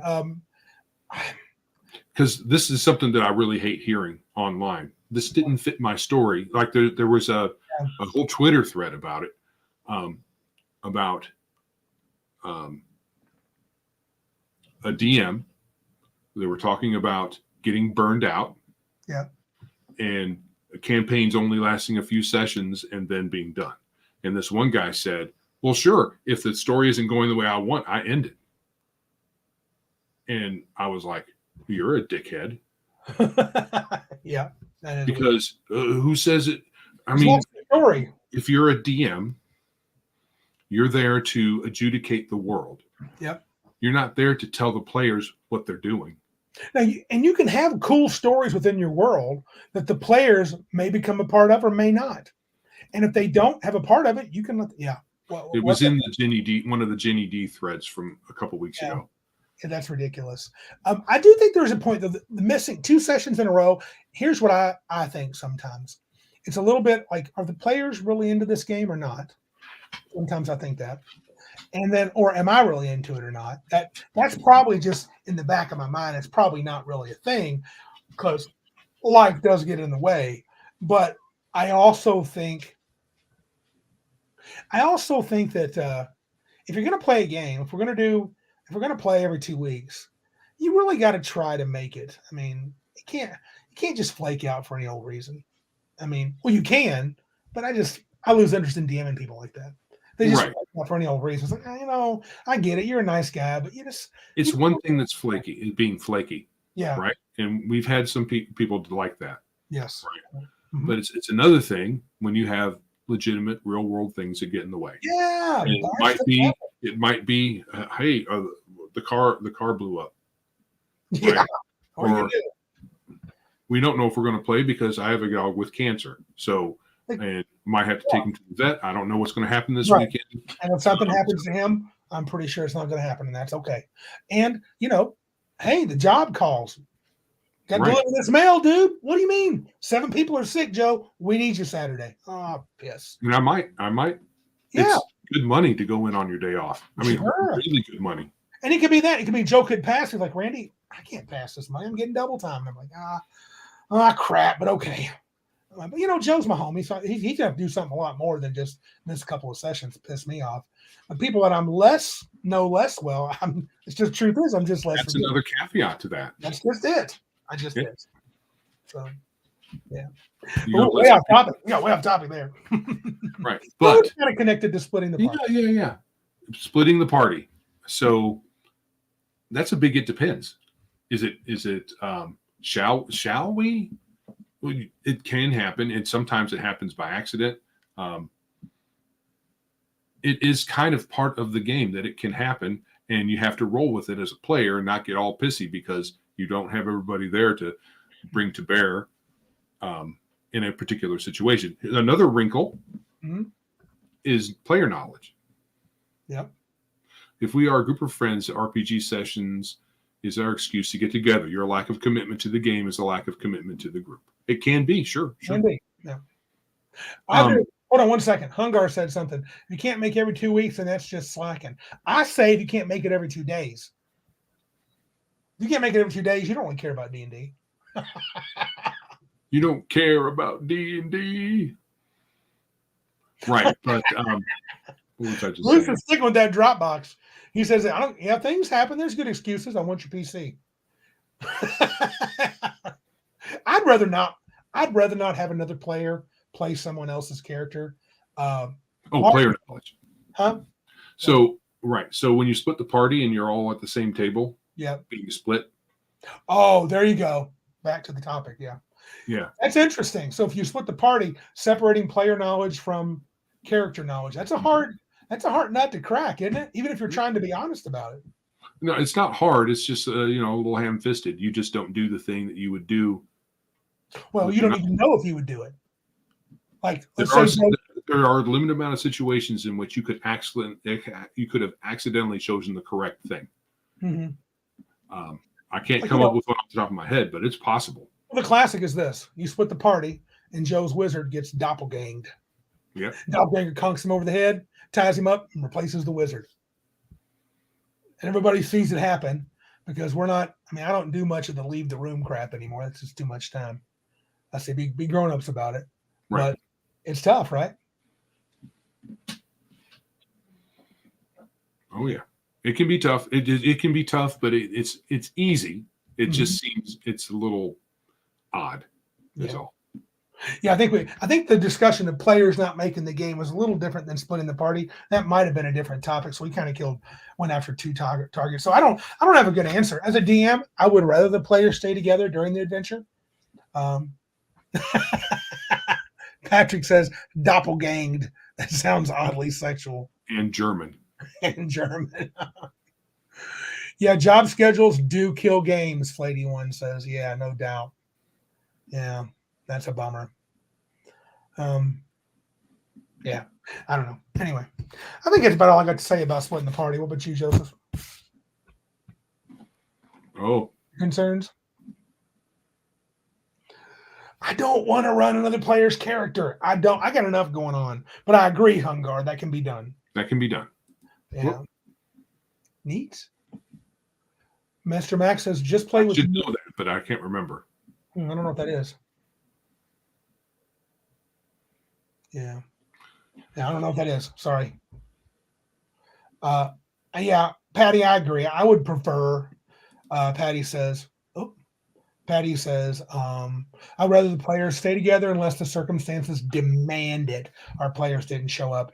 Yeah, it's just easier to run the game. That's the only reason. It doesn't mean you can't, I can wing it. I can figure stuff out. Well, anyway. That doesn't help. Just play with needs, not in employment, education, or training. Okay. Okay, thanks for the explanation. That I don't get it. It's probably some sort of industry thing. Yeah, we're moving slow tonight, Mr. Boivan. Oh, wow. Well, this is one. Bruce has got some deep-seated anger. COVID-19 killed my 15th level party in Czar. Yeah. That's not a Goodman Games, but a Frog God thing. I will never let the embers of that anger die, and I look forward to torturing CCP. Who's CCP? Oh. Communist China Communist Party, something like that. Hearing them scream my name. They killed your game. Sorry, dude. Yeah. All right. I think that's good enough. Oh.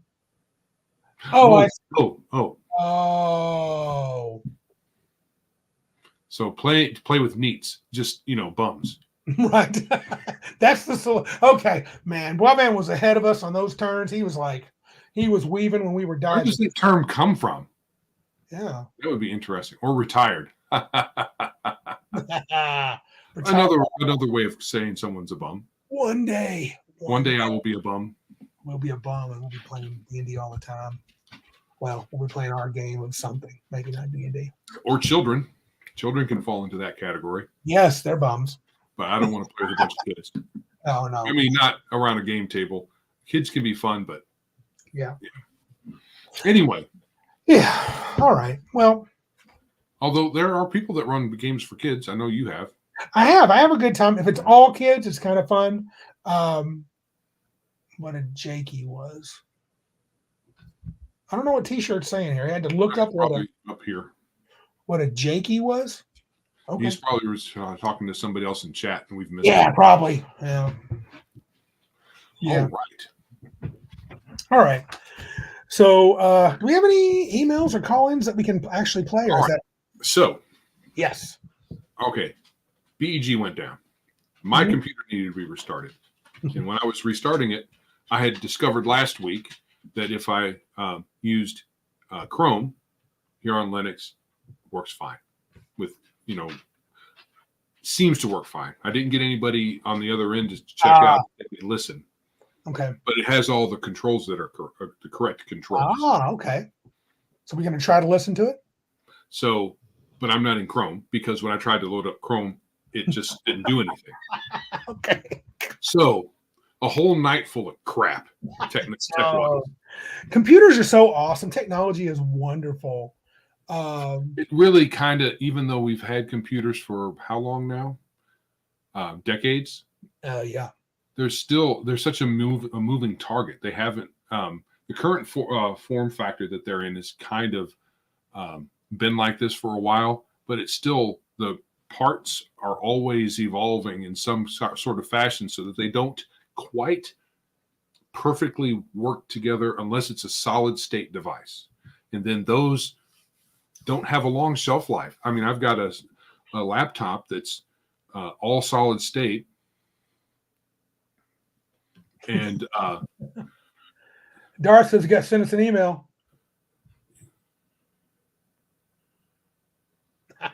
No, not true, El. From when? What we learned tonight is keep petty crap out of games that don't serve the game. And Randy is better at computets than Joe. I probably am better at computets. Computing. Not computers.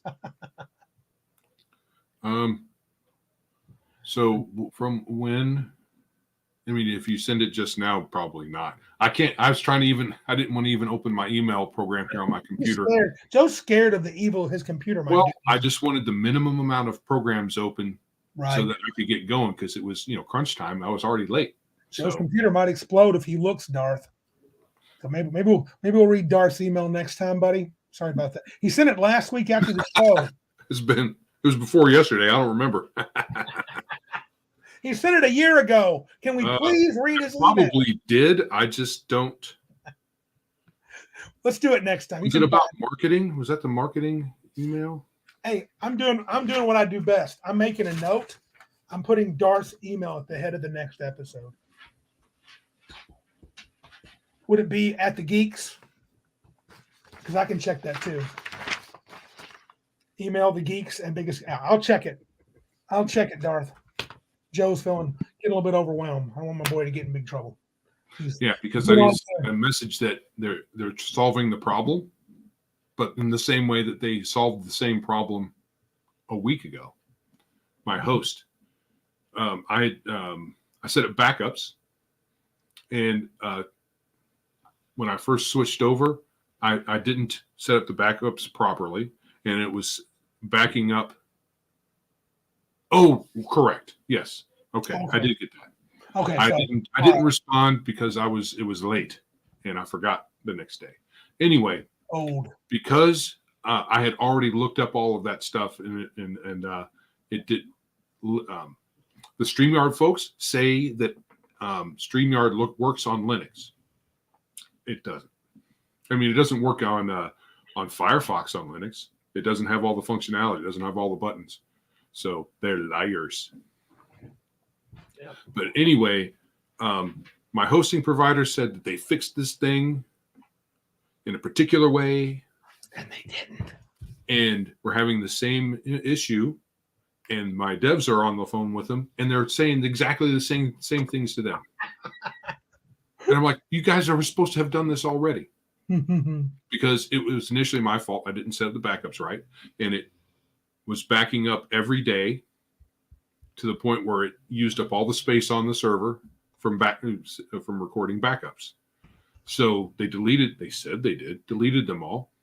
And then I set it up for once a day. Yeah. Or no, once a week. Right. Figuring that should be fine. But apparently it went back, it reverted to what it was before. Yeah. And filled up the server again. I'm thinking about spending on my. I'm sorry, Joe. I interrupted you. Go ahead. Were you done with the?